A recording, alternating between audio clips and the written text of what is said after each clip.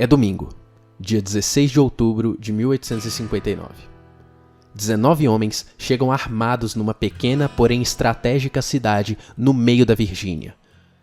Eles preparam suas armas e suas almas, e se tiverem sorte, nos próximos meses estarão vencendo uma guerrilha contra os Estados Unidos da América, tendo milhões de escravos libertos no sul dos Estados Unidos lutando ao lado deles pela própria liberdade. Só que nada disso vai acontecer, porque essa é a história de como um homem declarou guerra sozinho contra os Estados Unidos pelo fim da escravidão.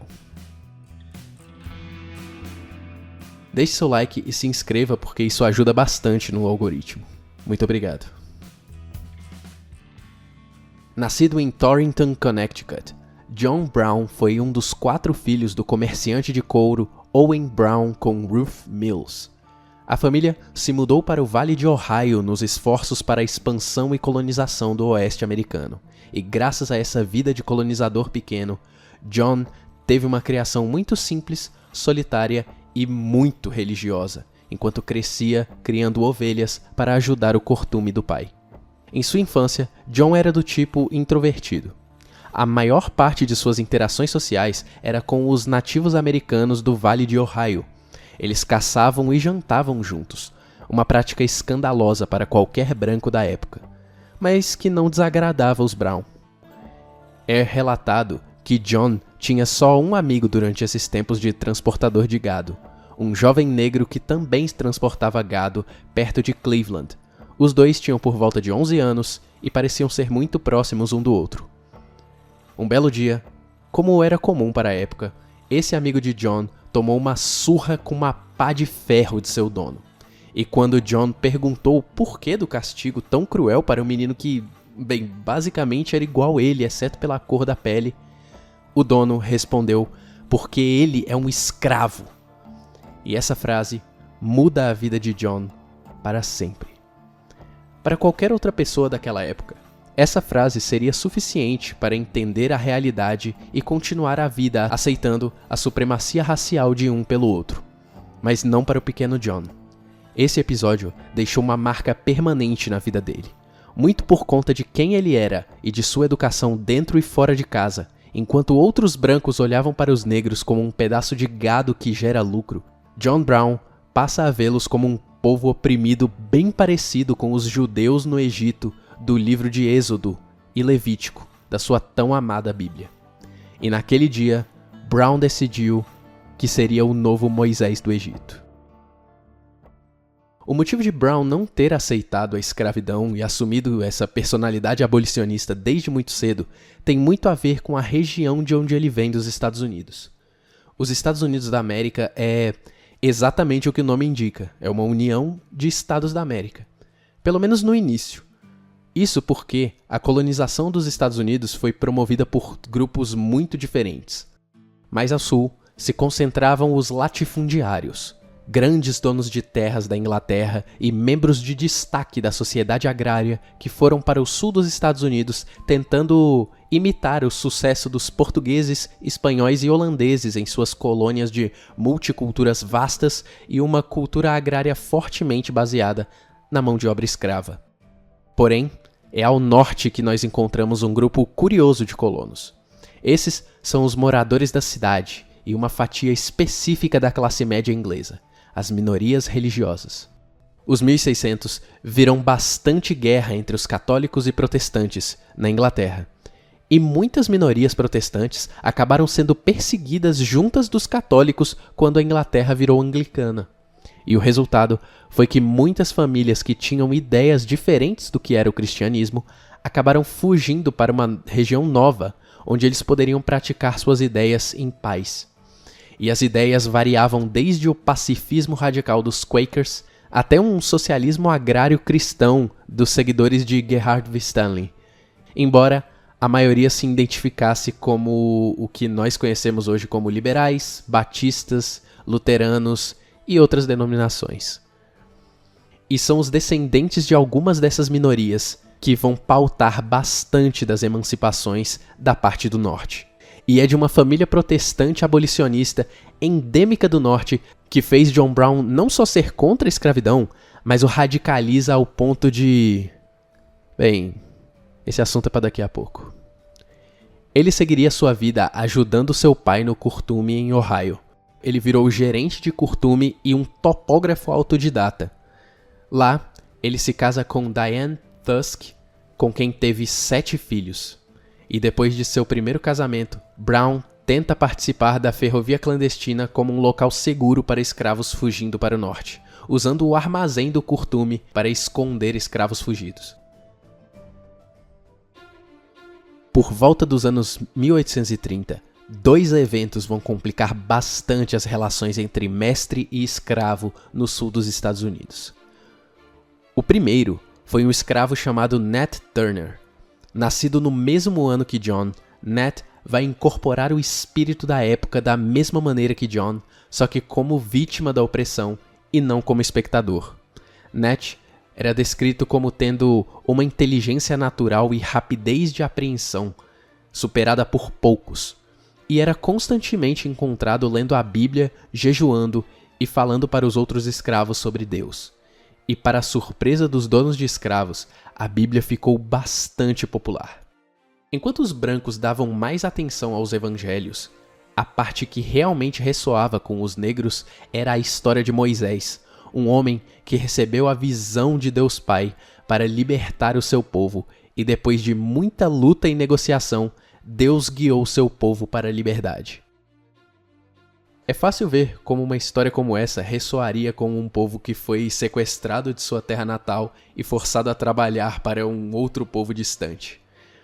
E é assim que Nat enxergava. Ele acabaria pregando a palavra de Deus e estava vendo o sofrimento e o jugo dos negros, e que ele via sinais de que logo logo Deus interviria a favor dele. Afinal, ele já tinha feito isso antes na Revolução do Haiti, por que não faria agora? Então, Nat passou a ser conhecido como o Profeta, e quando ele viu o eclipse solar em fevereiro de 1831 na Virgínia, ele entendeu aquilo como um sinal de Deus para uma rebelião.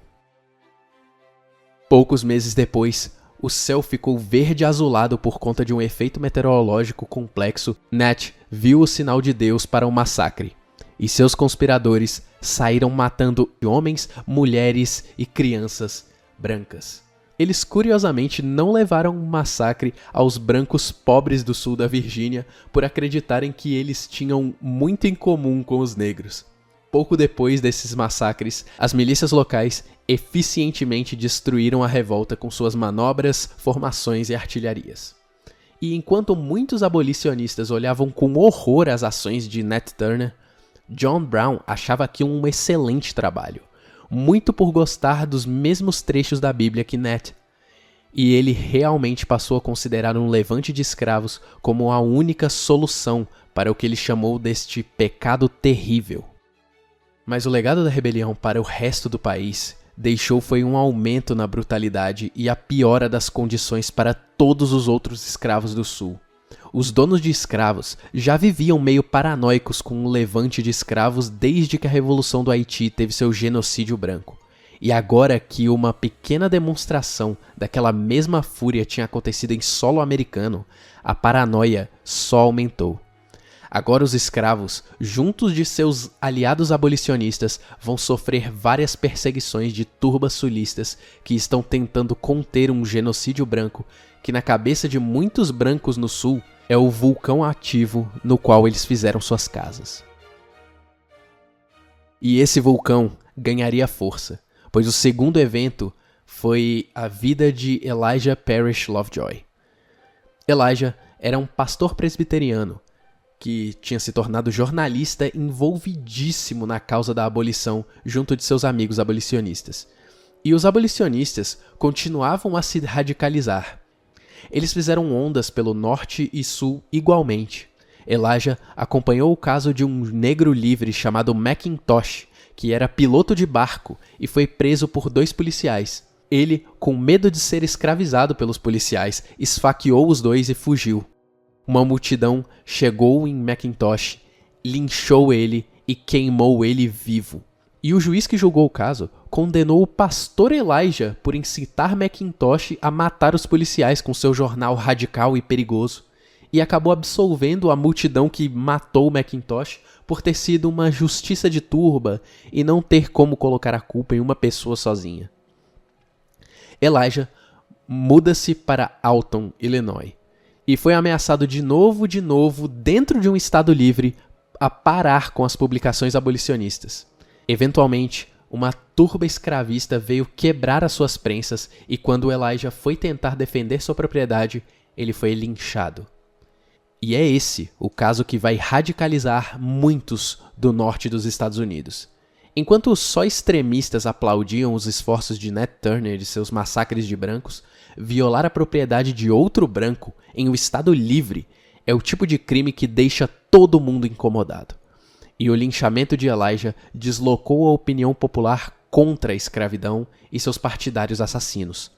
John, quando escutou a notícia do linchamento do pastor, ele, emocionado, se levantou no meio da igreja e disse que consagraria a vida dele diante de Deus e dos homens à guerra contra a escravidão. E aquele é um voto que John Brown jamais abandonaria. Porém, apesar de seu juramento, a vida de John vira um pesadelo. Uma epidemia de varíola leva metade de seus filhos, e John, no fundo do poço de depressão e ruína, se torna um homem ressentido e amargo, que vai culpar a escravidão pela situação de sua vida, e vai caçar com um zelo religioso todos os escravistas, como se ele fosse a espada de Deus nessa terra. Ele reganha seu propósito de viver quando pensa em um plano perfeito para libertar os Estados Unidos da América de seu pecado mortal, que era a escravidão. Frederick se encontra com John Brown em 1847 e na mesa, John Brown fala por horas sobre uma insurreição de escravos e como ele planejava guerrear usando as Cordilheiras dos Apalaches como centro das operações de sua guerrilha. Ele imaginava que com cada escravo liberto ele teria mais braços armados no seu exército das montanhas. E tudo seguiria dali como uma progressão geométrica, onde quanto mais ele vence, mais ele tem soldados e mais ele está vencendo. O único problema seria literalmente toda uma logística de guerra. Mas isso aí é detalhe. Frederick julgou o plano como qualquer outra pessoa julgaria. Insano.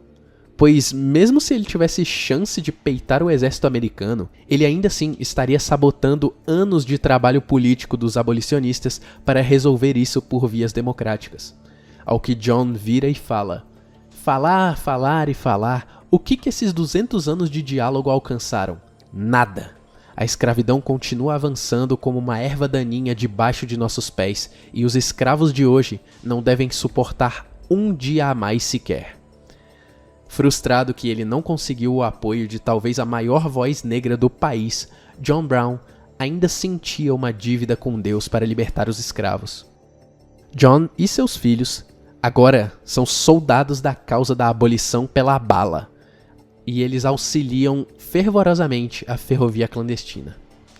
E eles acabariam fazendo de tudo por essa missão que Deus aparentemente tinha dado a Brown. O problema que Brown não entendia, e que Frederick entendia muito bem, era a batalha política feroz que era travada entre o Norte e o Sul. Desde que John era pequeno até a explosão da Guerra Civil, ele simplesmente não entendia qual era o problema de um exército invadindo o Sul em nome de Deus, nem como isso poderia acabar acendendo um barril de pólvora da Guerra Civil. E o pior, jogando os neutros no colo da causa escravista do Sul. Para abolir a escravidão, o Norte precisava primeiro ganhar a guerra da ótica e convencer o público neutro e apático de que eles eram o lado certo. E isso fica difícil quando você é um terrorista radical insurgente. Mas, porque esse vídeo é sobre John Brown e não sobre a Guerra Civil Americana, eu vou dar apenas um resumo no que está acontecendo nessa época, para entendermos as ações de John Brown e por que ele vai para o Kansas. Em anos recentes, os sulistas conseguem manobrar politicamente melhor do que o povo do Norte. Mas o Norte consegue estabelecer uma coisa. Ao invés da União decidir qual estado é livre e qual estado é escravista, essa decisão seria decidida democraticamente na Constituição do Estado. Isso porque o Congresso tendia nos anos 50 para a bancada escravista. E, por isso, tirar essa decisão do Congresso foi uma grande vitória para os nortistas. Em troca dessa lei passar, o dramático Fugitive Slave Act foi passado. E eu já cobri esse no vídeo sobre a Harriet Tubman, então dê uma olhada lá. Mas basicamente condenava quem ajudava os escravos e aumentava as penas para escravos fugidos. Vendo que o próximo grande estado disputado entre as partes seria o território do Kansas, colonos do Sul e Norte migraram em bandos para esse estado na esperança de virar o voto lá dentro para seu respectivo lado da disputa política. E num clima extremamente polarizado é que o Kansas vai sangrar. De repente, gangues armadas contra e pró-escravidão rondam o estado ainda não elaborado, intimidando e matando seus opositores. Eleições em vilarejos menores tinham a estranha tendência em ter 100% de votos para um ou outro candidato. E o Sul estava levando a melhor na guerra não oficial. Os valentões da fronteira faziam amizades com as autoridades locais do Missouri para não serem caçados pela lei. E esse foi o período que ficou conhecido como Kansas Sangrento, uma época de terrorismo e massacres na fronteira da América. E John Brown viaja para lá urgentemente. As forças escravistas cometem um delito impensável.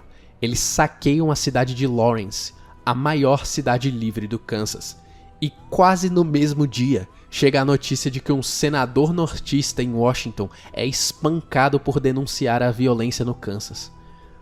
Cansados de esperar pela lei nessa terra sem lei, um grupo chamado os Rifles de Potawatomi, juntos de John Brown e seus filhos, promovem um massacre com espadas de alguns culpados na frente de suas famílias.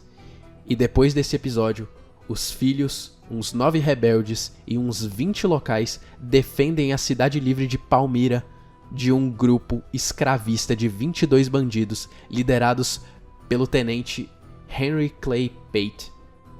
E numa retaliação da polícia do Missouri, pouco tempo depois, Brown perde seu filho Frederick e 5 homens no combate. Eles estavam em desvantagem, os inimigos tinham 7 homens para cada um de Brown, e eles foram forçados a recuar. John, seus filhos e alguns rebeldes que o acompanhavam tiveram que fugir da polícia e do Kansas, o que parecia o fim, mas, para John Brown, era só o começo da verdadeira guerra contra a escravidão. John Brown foi levado a um novo extremo na sua sede de vingança. Nos últimos anos de sua vida, amigos e parentes relataram que John Brown se via literalmente como Moisés do Egito e que tinha sido escolhido para acabar com a escravidão. John convenceu um grupo de abolicionistas ricos, chamados os 6 Secretos, a fundar sua guerrilha. E com os homens dele e esse novo dinheiro, ele contrata ninguém menos que um mercenário que lutou junto de Giuseppe Garibaldi na Itália. E após poucos dias treinando, o mercenário tentou extorquir Brown e vazou as informações para o governo americano. O secretário da guerra recebeu essas denúncias de que alguém chamado Brown tentaria saquear o armazém federal de Harper's Ferry, mas, incrivelmente, ele achou que a carta fosse um trote e que o Brown citado não poderia ser o mesmo Brown dos massacres de Potawatomi, que está condenado, inclusive. E depois de treinar suas tropas, juntar 200 rifles e 1000 lanças que seriam usadas para armar os escravos recém-libertos, John começa sua insurreição no dia 16 de outubro de 1859. John começa sua revolução por fazendas adjacentes ao caminho dele em direção à estação de trem. Lá ele faz refém dos habitantes brancos e liberta os escravos desse branco, com a promessa de que eles estariam começando uma guerra pela emancipação. Os ex-escravos aplaudiram bastante o bando armado que continuou em direção à estação de trem. mas eles mesmo não foram atrás. Os rebeldes cortaram as comunicações da estação e o ataque começou. A primeira vítima do ataque pela libertação dos negros dos Estados Unidos foi, ironicamente, um negro livre, um trabalhador das ferrovias. John rapidamente tomou a cidade, pois tinha os homens e os rifles necessários para fazer o trabalho, e então prende os funcionários do governo dentro do armazém e faz de lá sua base de operações. Porém, um evento muito esquisito vai acabar condenando os rebeldes. Um trem vai chegar à estação às 1 da manhã, numa madrugada muito fria. Brown, por mais sanguinário que fosse, era assim apenas com quem acreditava na escravidão como certa. E para esses viajantes inocentes, Brown cedeu um lugar no hotel da cidade para passarem a noite. Muitos daqueles reconheceram Brown e o maquinista, vendo que aqueles homens armados pareciam muito com bandidos, decidiram seguir viagem só quando tivesse luz do dia para ver a estrada. John Brown simplesmente deixa um monte de gente fugir e espalhar a notícia de que o arsenal americano estava sob ataque, de graça e sem motivo. Ele esperava que os escravos chegassem na vila a tempo suficiente para armar todos e fugirem dali. Mas os escravos nunca vieram. A notícia que Harper's Ferry estava sob ataque se espalhou e logo as companhias militares das cidades vizinhas começaram a se reunir para o confronto. John continuava a esperar os escravos que ajudariam seu novo exército, mas quando viu as companhias militares tomarem as 2 pontes, ele percebeu que ele morreria naquele lugar. John e seus homens abandonaram todos os outros edifícios e se fortificaram em um quartel de bombeiros. E lá, os 19 homens venceram a luta inicial contra os 80 membros da milícia local. Um filho de Brown e um outro homem branco tentam se render levantando um lenço branco, mas esses dois são recebidos com tiros. Brown sabia que nenhum deles sobreviveria àquela situação. E o filho de Brown e o outro homem morrem no local. O tenente Israel Green, no dia 18, chega com ordens de capturar os rebeldes. Ele oferece paz para Brown e sua gangue, mas Brown se recusa a aceitar aquela paz, provavelmente temendo uma traição parecida com a que matou seu filho um dia antes. Foi então que os fuzileiros assaltaram a casa. Eles entraram e mataram vários e renderam alguns, incluindo Brown, que tomou uma espadada na cabeça e desmaiou. De todos os homens de Brown, 10 morreram no ataque, 6 foram capturados e executados, 5 escaparam e fugiram para o Canadá, e Brown ficou sozinho. Ele acabaria confessando tudo, todos os seus planos e métodos. Ele acabaria sendo uma figura heróica para os do Norte e uma prova concreta para os do Sul que os abolicionistas eram os verdadeiros inimigos. John Brown foi o primeiro homem na história dos Estados Unidos a ser executado por traição. E em uma de suas últimas declarações antes da execução, Brown afirma: "Eu, John Brown, estou agora bastante certo de que os crimes dessa terra culpada, escravidão, nunca serão expurgados senão com sangue. Eu considerei em vão que sem muito derramamento de sangue isso poderia ser feito. Tivesse eu interferido em nome dos ricos, dos poderosos, dos inteligentes, dos chamados grandiosos, ou em nome de qualquer um de seus amigos, seja pai, mãe, irmão, irmã, esposa ou filhos, ou qualquer daquela classe, e sofrido e sacrificado o que sofri e sacrifiquei nessa interferência, teria ficado tudo bem, e todos os homens nessa corte teriam considerado isso um ato digno de recompensa e não traição." E ele estava certo.